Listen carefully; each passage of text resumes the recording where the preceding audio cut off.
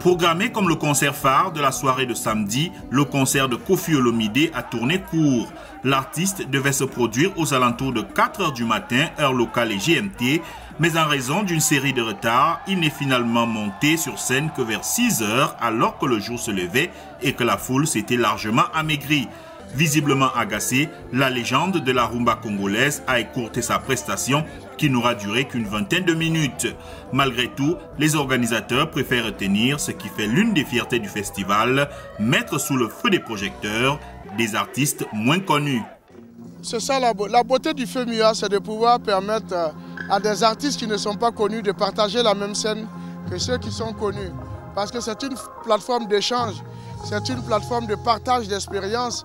Et voir aujourd'hui un Koffi Olomidé jouer sur la même scène qu'un Joël Sebundio, qui n'est pas connu ici, qui n'était pas connu en Côte d'Ivoire, je crois que c'est quelque chose de formidable. C'est les prouesses du FEMUA. Avant Koffi Olomidé, le rappeur français d'origine ivoirienne Veg Dream, connu notamment pour le tube de la Coupe du Monde 2018, Ramener la coupe à la maison, s'était produit sur la scène.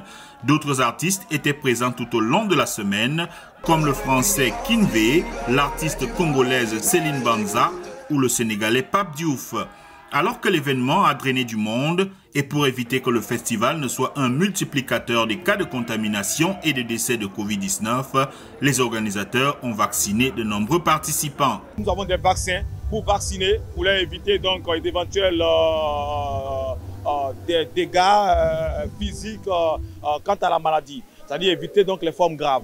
Alors ces deux sites que vous voyez drainent assez de monde et je peux vous dire comme ça que depuis hier, par jour, nous faisons au moins 1000 vaccinés. Hier, comme cela, en chiffre, 1084 personnes ont été vaccinées. Et c'est le seul site qui fait 24 h sur 24. Les rideaux ont donc été tirés sur cette 13e édition dimanche avec une série de concerts délocalisés à Grand Bassam, une station balnéaire à 1 heure d'Abidjan. Un pari tenu pour avoir organisé ce festival en pleine pandémie de Covid-19, l'un des plus grands festivals de musique en Afrique, notamment grâce à la notoriété internationale de Magic System.